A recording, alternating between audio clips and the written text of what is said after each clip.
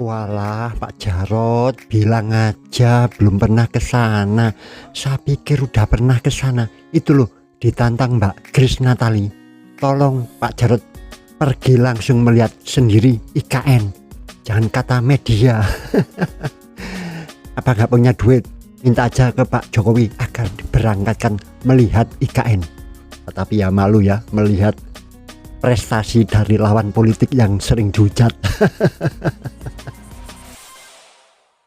Assalamualaikum warahmatullahi wabarakatuh. Berjumpa lagi dengan Dukun Politik Dagelan di podcast Open the Door, podcast yang di luar ruangan sehingga saya selalu kedinginan.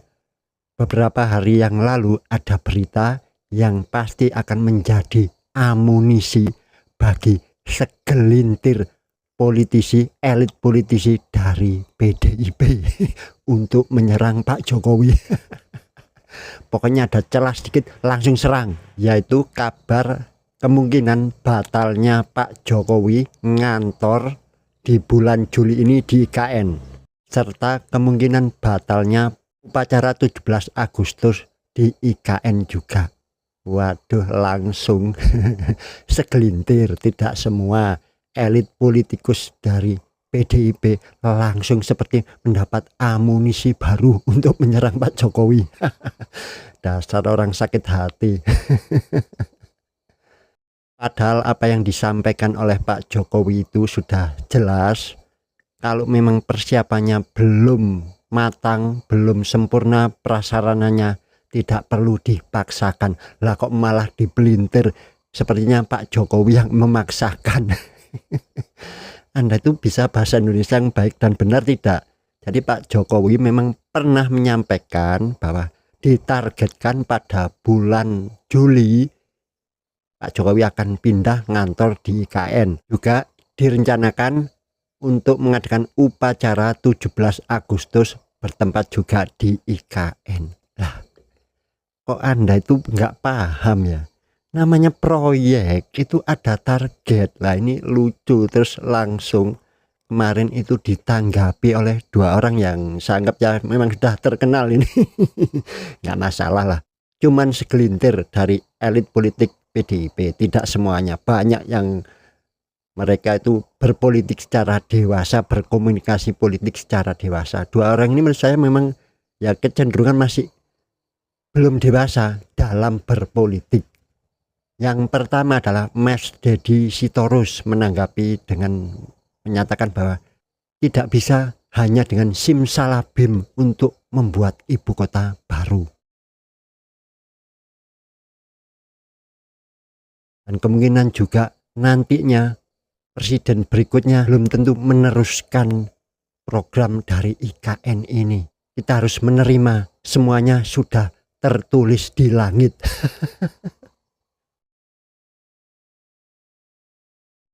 Saya setuju pernyataan Mas Deddy Sitorus itu bahwa semua itu sudah tertulis di langit, atau kalau bahasa kita itu sudah ditakdirkan, sudah ada takdirnya. Tetapi manusia boleh berusaha, Mas. Dan harusnya kekalahan PDIP dalam mengusung capres dan cawapresnya kemarin juga dimaknai seperti ini, bahwa itu semua sudah tertulis di langit gitu loh Mas Deddy. Saya yakin Anda belum mengakui bahwa kekalahan kemarin itu adalah sudah tertulis di langit.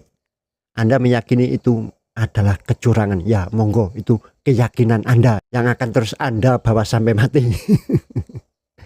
Yang kedua ini Pak Jarot bilang bahwa pemindahan ibu kota itu adalah hal yang tergesa-gesa. Sebelumnya Ketua DPP PDI Perjuangan Jarod Saiful Hidayat menilai proyek IKN merupakan kebijakan yang dibuat dengan tergesa-gesa. Jarod mengatakan belum siapnya beragam kebutuhan dasar di IKN seperti air dan listrik merupakan akibat dari proyek yang dipaksakan. Kalau selalu dipaksakan, ya begitu hasil. Listrik belum masuk, air juga belum masuk, infrastruktur juga masih belum siap, begitu ya. Artinya apa? Inilah salah satu konsekuensi dari kebijakan yang tergesa-gesa.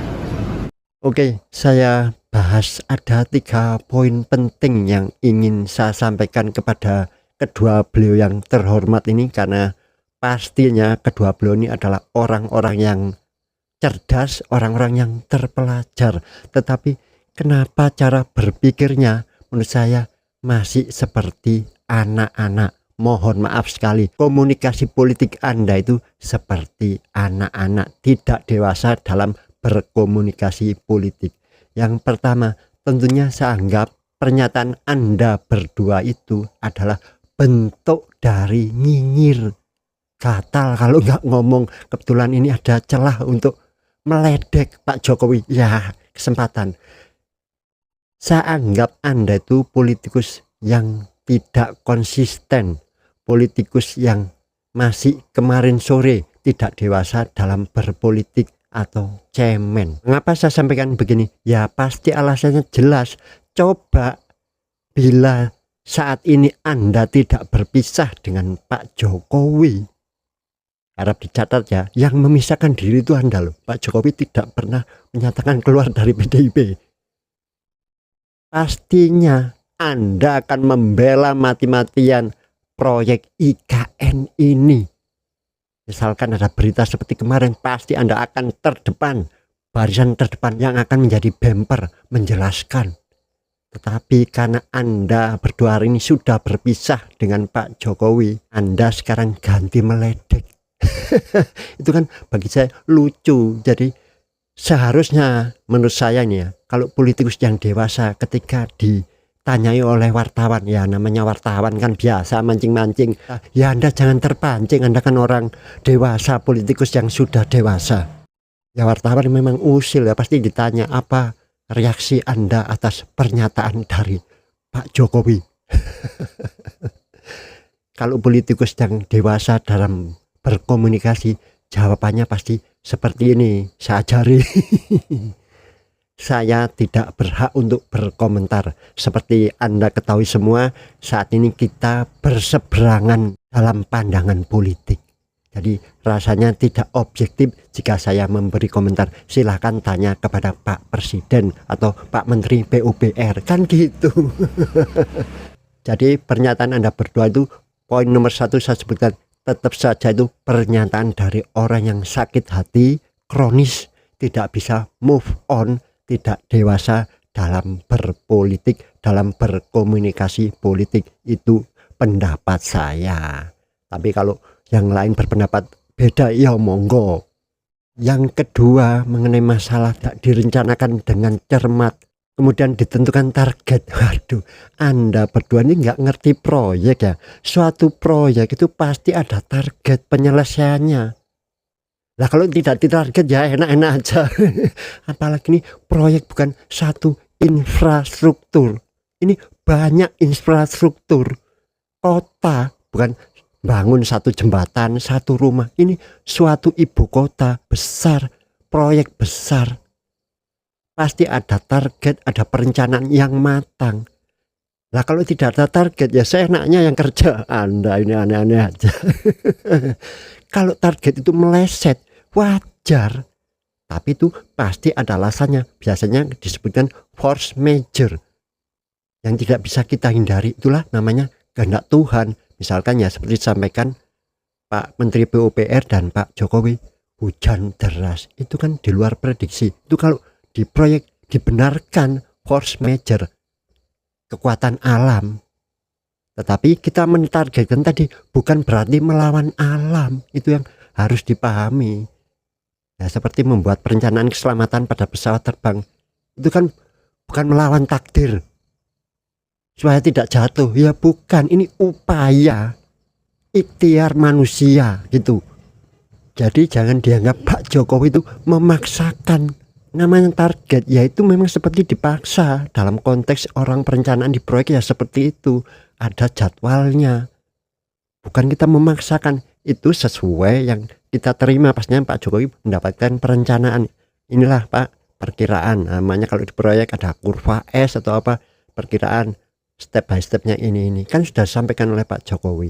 Ketika ditanyakan apakah jadi pindah ke sana, Pak Jokowi balik bertanya, apakah sudah siap listrik, air. Lah kok malah dipelintir.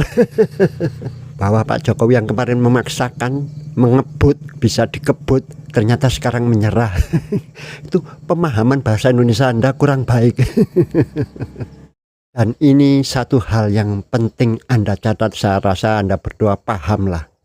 Pemimpin yang baik bukanlah pemimpin yang tidak pernah melakukan kesalahan karena tidak pernah melakukan tindakan atau keputusan. Justru pemimpin yang baik adalah pemimpin yang selalu berani mengambil keputusan dan tindakan serta berani memperbaiki yang salah. Bukan pemimpin yang tidak pernah melakukan kesalahan, itu bukan pemimpin. Kenapa tidak pernah melakukan kesalahan? Ya karena tidak pernah bertindak, karena tidak pernah mengambil keputusan. Itu bukan pemimpin yang baik. Pak Jokowi pasti banyak kontroversi karena beliau banyak sekali programnya, beliau banyak sekali keputusannya, beliau banyak sekali tindakan kebijakan yang diambilnya. Paham? Jadi pemimpin yang baik bukanlah pemimpin yang tidak pernah melakukan kesalahan karena memang tidak pernah melakukan tindakan dan keputusan yang nggak pernah salah. Itu bukan pemimpin. Poin yang nomor 3 itulah yang saya dilalah kersane ngalah. Saya buka YouTube ini baru tahu sepertinya Pak Jarod kemudian juga Mas Deddy Store belum pernah pergi ke IKN.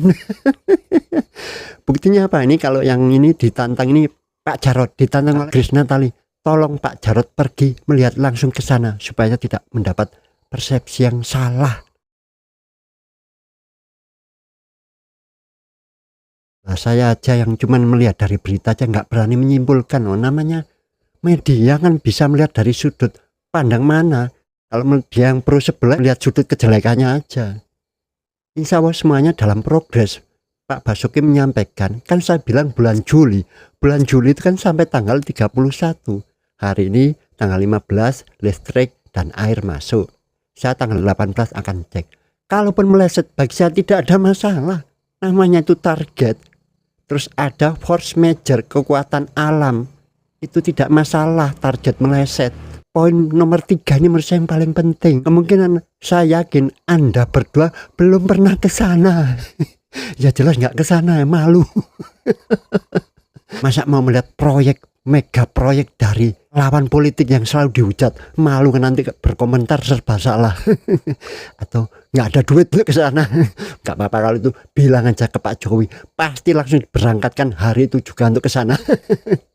Tapi yang jelas Anda malu mau ke sana, ya ngapain kita melihat proyek dari lawan politik. Nah, itulah jadi menurut saya lebih baik Anda itu bersikap yang elegan sebagai politikus ya. Seperti saya sampaikan tadi, saya tidak dalam posisi yang objektif untuk memberikan komentar karena kita berseberangan pandangan politik. Lebih baik silakan Anda menanyakan kepada Pak Jokowi.